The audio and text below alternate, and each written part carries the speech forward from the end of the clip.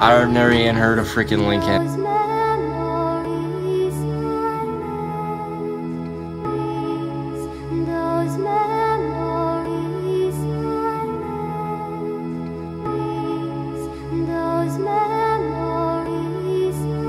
Somebody took it CJ.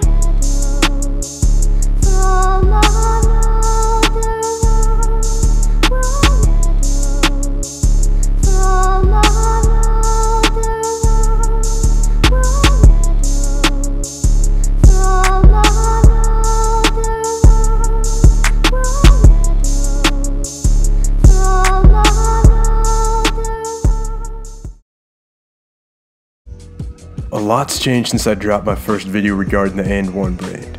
But first and foremost, before I get into this whole discussion, I'd like to thank each and every one of y'all for supporting this channel and really blowing up the whole AND1 video, because I did not expect that over 700,000 people are going to see that.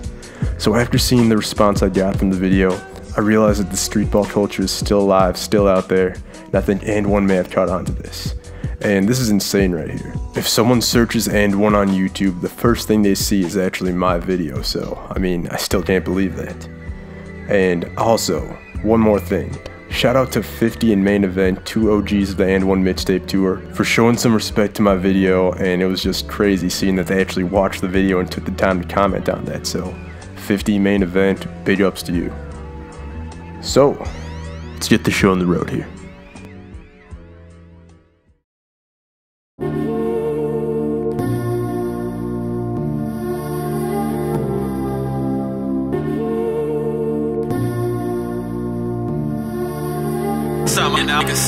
It feels great to be back, and you know who else is back? AND1. AND1, yes, that AND1, they have made it out of Walmart and onto Complex Town in Long Beach, California today. And honestly, I thought AND1 was gonna let us down another time, but no, not today. AND1 has delivered when the time is right. They have released Trash Talk shirts once again. They're gonna retro the Thai cheese that Vince Carter wore at the 2000 dunk contest. I mean, life is looking good for AND1. They've hired Kevin Garnett as their global ambassador of sorts, so this may turn into a great thing for the brand. But wait, there's more. AND1 has released an AND1 mixtape tour t-shirt, and you know what that means. I mean, they're teasing a return. You know what that means, right?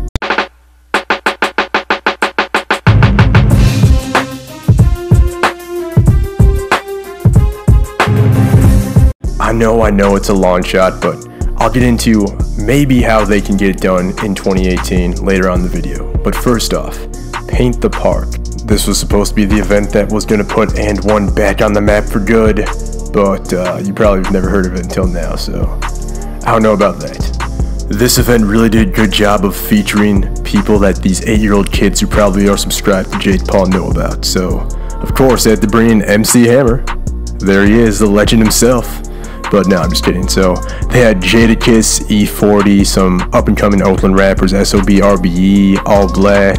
Of course, KG was there, and hold up, did I even describe what Paint the Park was? I mean, 10 months after my last YouTube video, I'm pretty rusty, so excuse me, but Paint the Park was pretty much an event where they painted the park.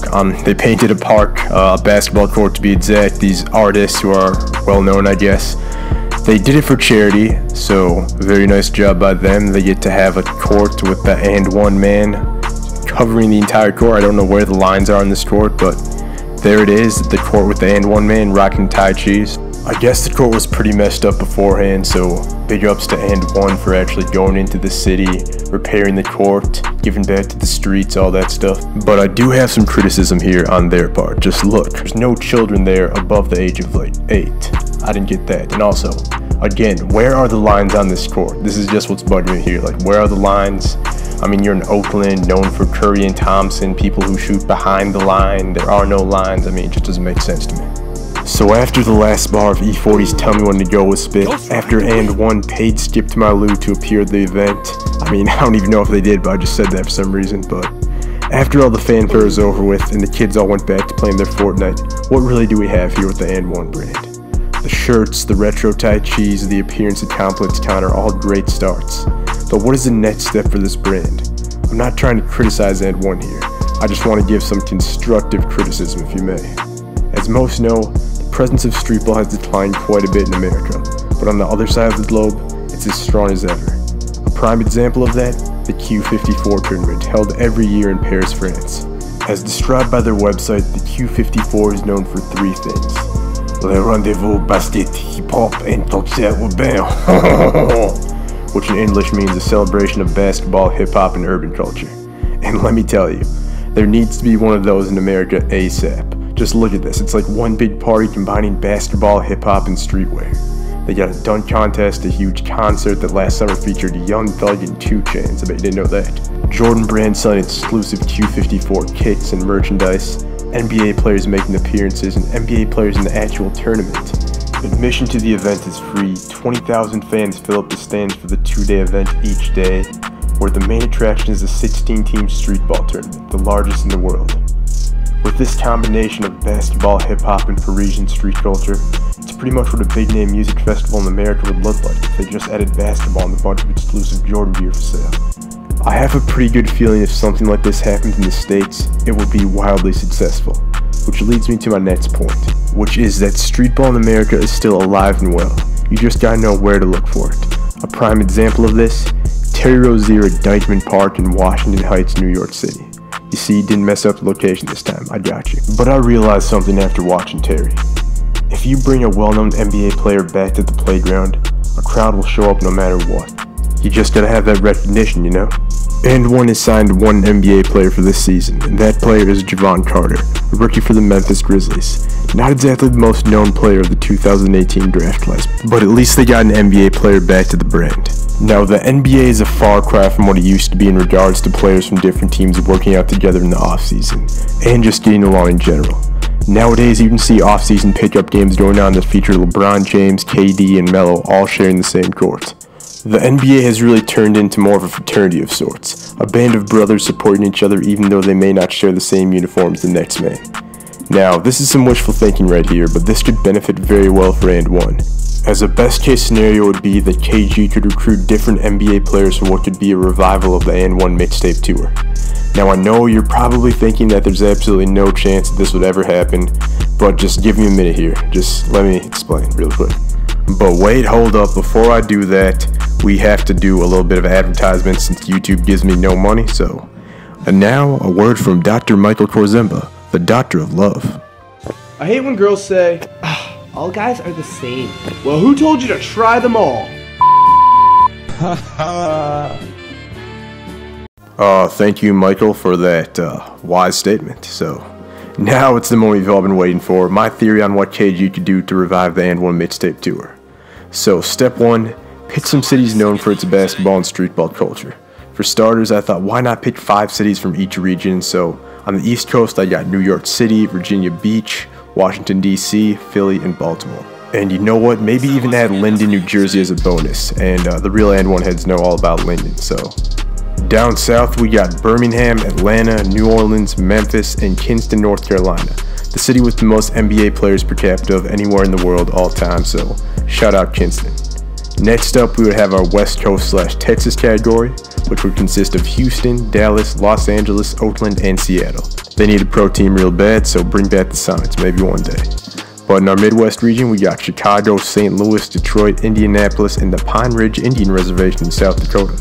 A place where basketball is king, rap is the music of choice. I mean, it would fit well.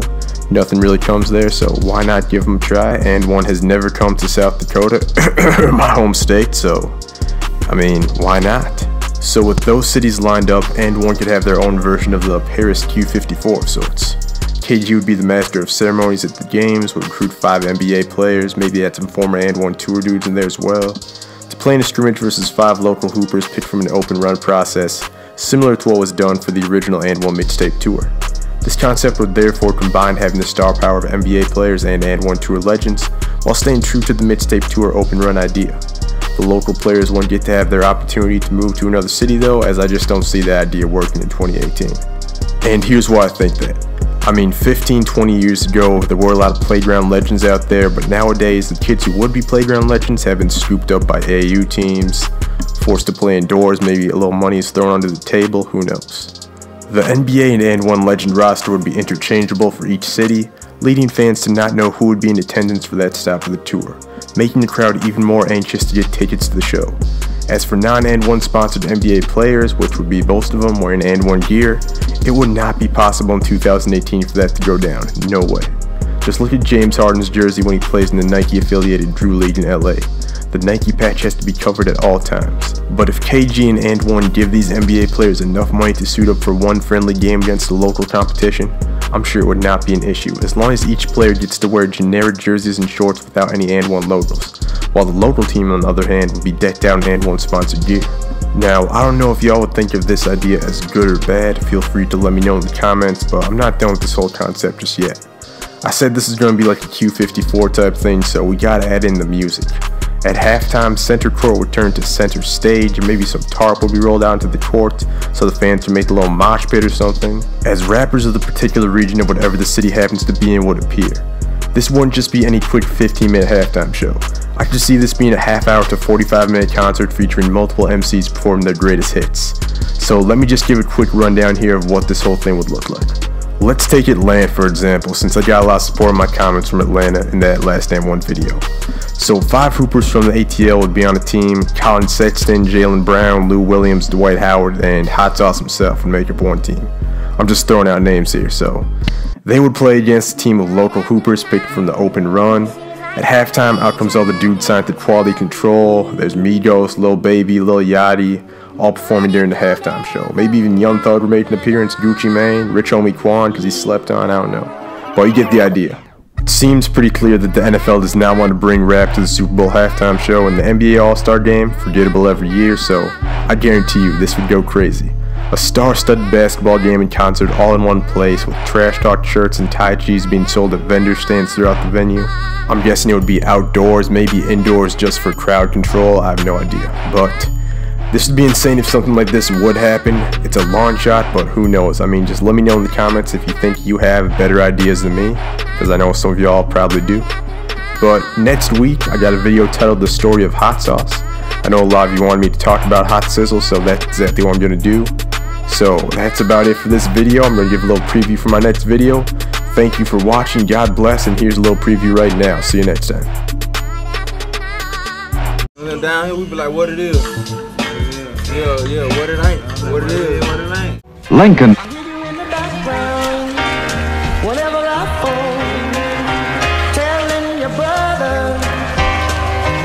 I've never even heard of freaking Lincoln.